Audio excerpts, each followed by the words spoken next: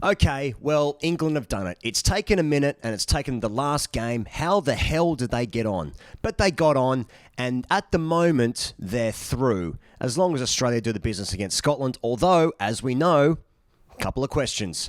Go on, Vrat. Tell them who sponsors this video. Now delivering in 10 minutes. Thank you very much to my close personal friend, VRat Coley. You know what? I'm going to start this video with some rain chat. Let's talk about the rain. Let's talk about the tournament as a whole. And you know what? I'm going to do this now. What now? Get now. Brought to you by our friends at Big Basket Now.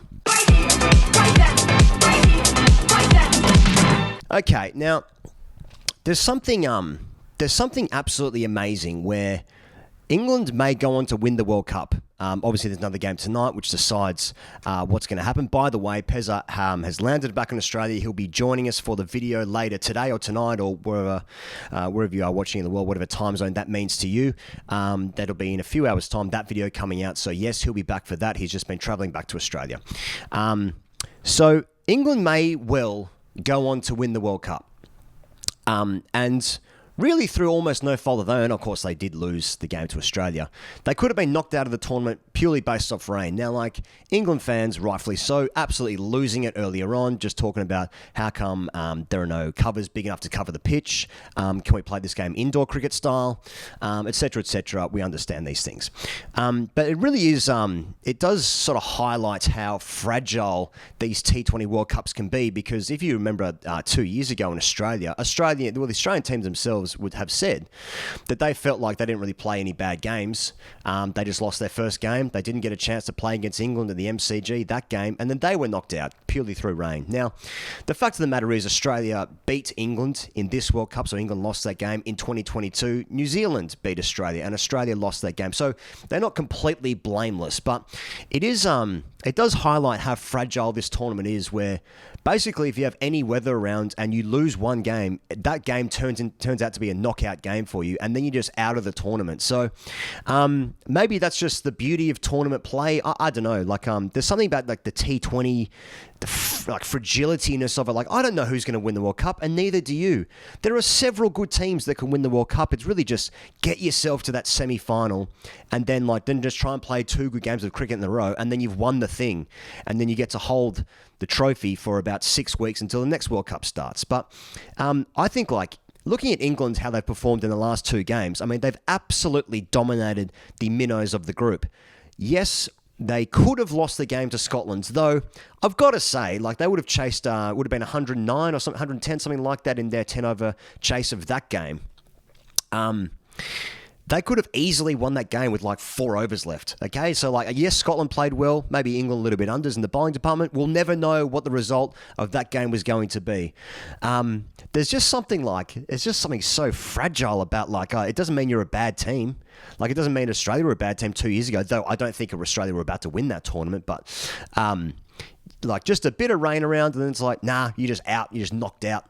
Anyway, I guess as a tournament as a whole, obviously, we would have had another video coming out for Canada-India. That game, absolutely zero chance of getting on. Absolutely zero chance. I don't think India had any interest in playing that game. Unfortunately for, Miami cricket fans, niche market, I would say. 3 games scheduled there, 3 complete washouts. You've probably seen some of the footage online, just absolute floods everywhere. Not necessarily, that footage might not have been like next to the grounds, but it's just been so wet there, and then the condition of the stadium and the lack of suitable drainage, frustrating. Frustrating to that end as well, just this whole tournament. And I will get to the game in a second, that there's only been 1 score so far made of 200 in the World Cup so far, that being Australia.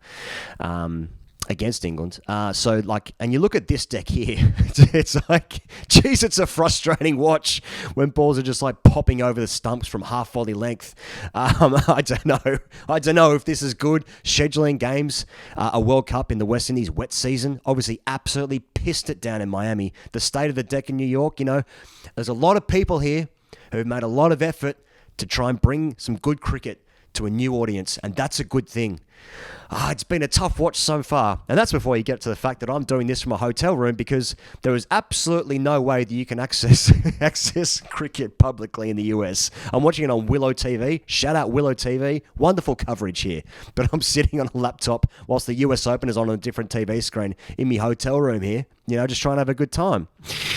Anyway, make of that what you will. Anyway, Namibia won the toss and they thought they'd have a bowl first. And just early on, it looked interesting. England ended up making 122 for 5, but early on, interesting. Josh Butler bowled by Ruben Trumpelman. That's a name I just want to say forever. He knocks over Josh Butler. Then Phil Salt caught behind. I think it might have been the second over. David Visa. Wow, geez, he had a good game. Absolutely fantastic. And you thought, this is going to be interesting, except when you remember that England's players are like 50 times better than Namibia's players, and Namibia have to bat on the same wicket. That was always a concern for me. I'm not sure about you sports fans, but that was a concern for me from the outset. Now, Johnny Bairstow, Harry Brook, put it together absolutely beautifully. Their partnership was worth 56. Now, in the context of originally it was going to be 11 over a side game, then they went off a little bit, and then they lost 2 overs for the match, so it turned into a 10 over a side game. Johnny Bairstow is 31 off 18. Nice innings. Now, Matt Roller from ESPN Cricket Info, he tells me via his tweet, he wasn't even talking to me, but he tells me that that's Johnny Bairstow's highest score in a T20 World Cup since 2011, 2012, which seems absolutely remarkable for such a good player. Harry Brook, 47 off 20.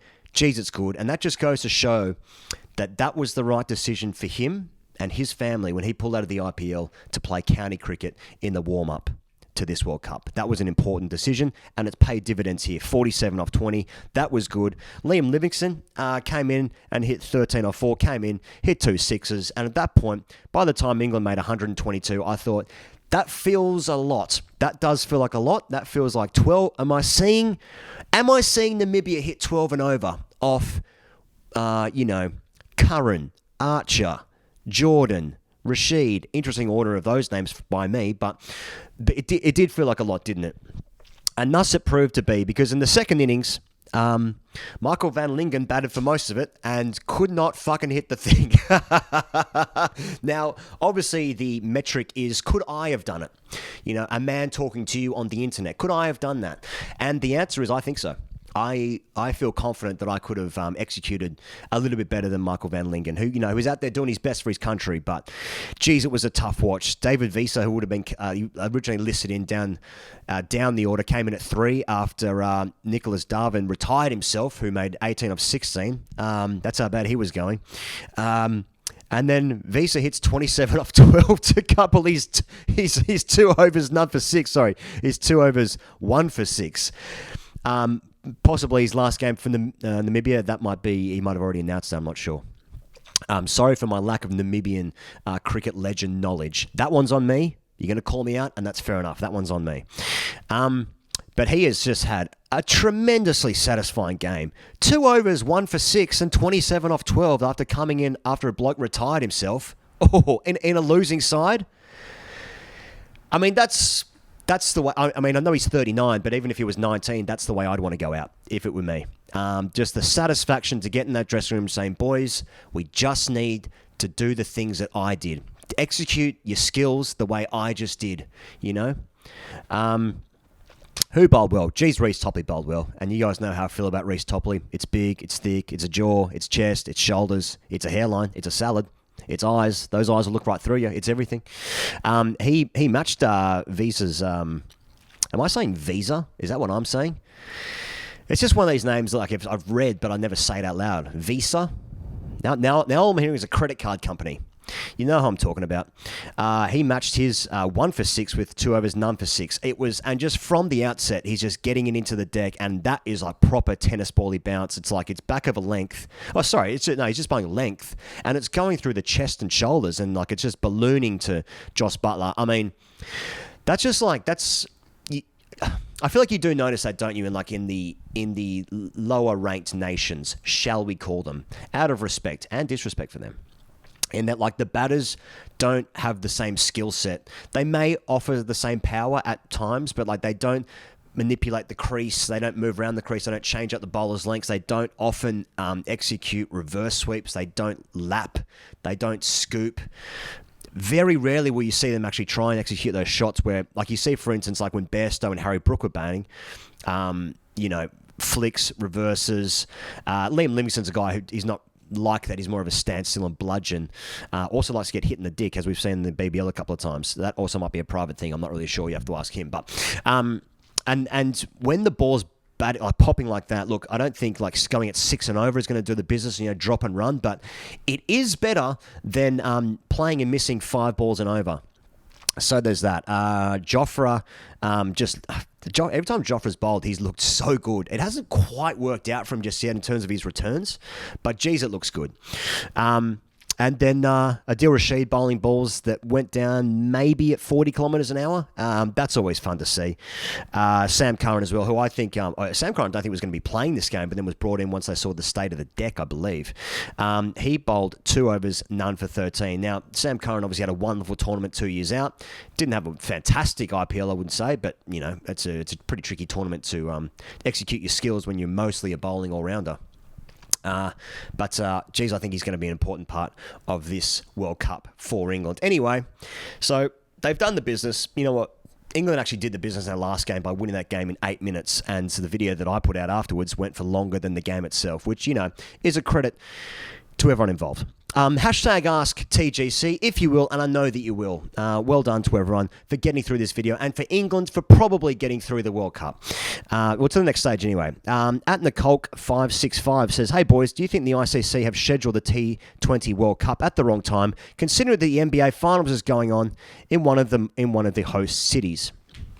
Scheduling is an interesting thing, isn't it? Would I say that the cricket's, captured the imagination of this nation? Whilst, as I say, the golf is on right now, the US Open at Pinehurst, number 2. You got the NBA Finals, you got the Stanley Cup. You've just got general life in a big city on a Saturday night. And has this game captured the nation because of those things? I don't think it's the timing's fault. I don't believe that if they just found the right window, then maybe people would be able to understand the LBW law. Anyway, I don't know. Let us what you think in the comments, and let us know what you think about these, about the rain generally speaking, over the last day, I suppose. Upset. It's frustrating, isn't it? It's just so frustrating. Anyway, they got a game on. England are through. Right result happened all round. I think England are one of the teams to beat, no doubt, in my opinion. Maybe they'll win it. Maybe they won't. Those are your 2 options right there. You know what? We'll be back on this channel in a few hours' time. Pezza will be joining us from Australia, and we will be reviewing the Scotland-Australia game, if that's the ordering of how the teams are listed. And you know what?